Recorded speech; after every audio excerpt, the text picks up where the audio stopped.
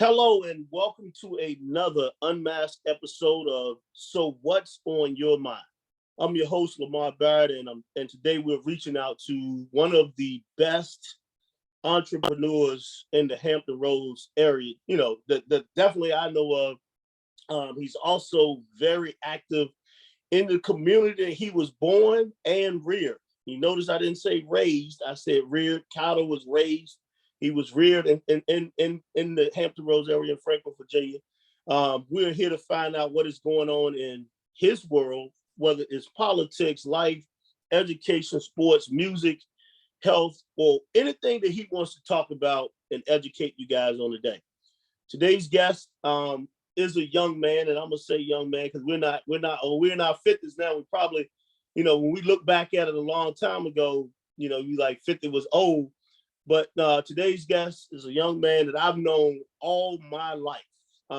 Your cousins are your friends before you even find other friends. So I've always seen his skills, since we were kids, his work ethic, his passion, his discipline, competitiveness in sport and in life.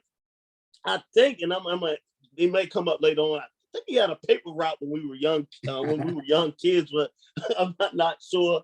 But he graduated Hampton University, and got a degree in mathematics. He also was in the Army Reserves 12 years, another discipline. And after graduation, he worked in the financial services industry for 13 years before even purchasing a counseling company with several of his friends. And then in 2011, I think him and one of his partners found GYG Mental Health Agency and Empowerment and Uplifting Foundation. And then I believe in 2016, it became Family Therapeutic Services, which he's the sole owner of today. He's passionate about his golf, his fraternity, Amazing Sci-Fi. I want to say good afternoon and welcome to the show to my cousin, Corey Oles, which I've always admired him from afar. He's a year older than me, but he's always been probably the most mature one out of the group. So I want to welcome to the show, and I want to say, so what's on your mind? Wow, man, that's awesome, bro. I mean, you really look. You brought me in like Steve Harvey, bro. Man, I don't know how to go from that type of intro, man. But I appreciate you you invited me to come on. I mean, I'm humbled that you would even ask me, bro. And and I truly feel the same about you, bro. I've been watching you and your career path, and I've always been proud of everything that you've accomplished on and off the basketball court, and continuing to do the things that you do now, and then with your podcast and Unmasked, and I'm repping Unmasked as well today. So it's all good, man. I'm coming off of a homecoming weekend, HU, so my voice is a little hoarse right now. We really had a great weekend. Coming out of the pandemic, a lot of people hadn't been back to the homecoming, and I mean, this year was just bananas. I think Pepsi was a big sponsor. They had, event out on the water, free food, free beverages of your choice. They had Dougie Fresh. I mean, the Slutty Vegan truck was out there giving out free food. I mean, it was just an amazing weekend all around, man. And I'm glad that, I mean, it's kind of it aligns with today and what's on your mind. And then I was doing some reflection about the homecoming weekend, and one of the things that I thought about, after kind of, just trying to decompress a little bit, is how in years past I used to feel somewhat estranged from my class at Hampton University, and reason being is I came in 88. I graduated from high school 88. I came into pre-college, so I was able to start a bond with the people that came in out of class of 88, which of course we should have matriculated to graduated in 92. But I took a semester off after pre-college to go into the Army Reserve, as you mentioned. I came back in January 89, so I didn't quite have that same connection any longer, because all of the freshmen came in August, and I missed that meeting, that initial influx of freshmen. So that was kind of a different situation. I mean, again, I knew guys and people from pre-college, but it was a different. And then, moving forward, I didn't graduate with the class that I came in with. So I always kind of felt somewhat estranged to a certain degree when we would have class reunions and, things of that nature. I didn't really know if I was to fit in with that class or the next class or the previous class.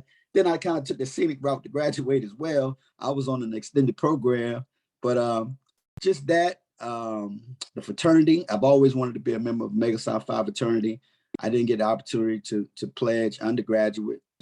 So I did that later on in life, and just trying to have a connection with some of the guys that I knew that pledged undergrad versus me pledging graduate chapter. So it was just all that was kind of on my mind this morning, because the class of '92 celebrated 30 years of being out of school, and then also the line that crossed in '92 celebrated 30 years of being in Omega. So and sometimes I think I'm not an isolated incident, in that people go through things where they do feel estranged for whatever reason. And I think a lot of times,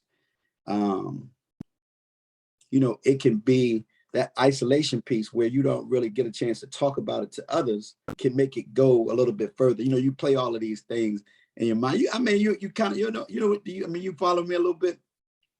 So that's kind of what was on my mind earlier today, this morning, and I put a post out. You commented on the post.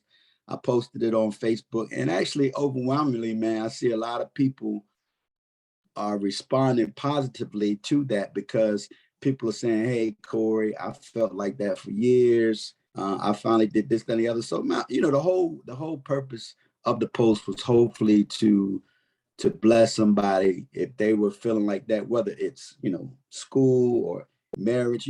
So a lot of young ladies came back who hadn't been married yet, missed out. They feel like they missed out on the opportunity to have children, whatever the reason might be. But you don't have to be or feel estranged, I guess is the word that I use, or isolated for whatever reason, because I think everything happens for a reason. So that was powerful when I read it this morning. It was probably 4:00 in the morning. I don't remember. I'm like, come on, man, don't spoil it. Because I was, we had planned, to come on, and I was like, they can't spoil it. Because I figured like that was on your mind. That was going to be on your mind all day. And still, it's going to get out to even more people. But I do like that. There's a lot of people that feel that way, like you said, that feel the strange, and I'll say this, and before we even go, it's like, yeah, I was at Longwood College at the time, which is Longwood University now. Then I transferred to Elizabeth City. So I don't like, so that when I transferred, you lose that year. So instead of me graduating in '93, I was '94. So when I came on campus, everybody who thought I was a freshman thought I should have been '95. So you kind of, you're strange. You don't know who you attached to, or who you should be with, and it is a strange feeling. So yeah. I appreciate you for sharing that this morning. Hopefully it inspires someone. I think it will. I think it'll educate some people on, how to feel. But man, I appreciate it. That's awesome, man. Then you repping Unmasked, which is right now we're kicking off hoodies for the homeless. So I appreciate that. We started that back up for season 2. So I appreciate you. I say, we're saying Corey because he's professionally, but he's always been Chuck to me. So Right. I thank you again, man, for coming on to the show.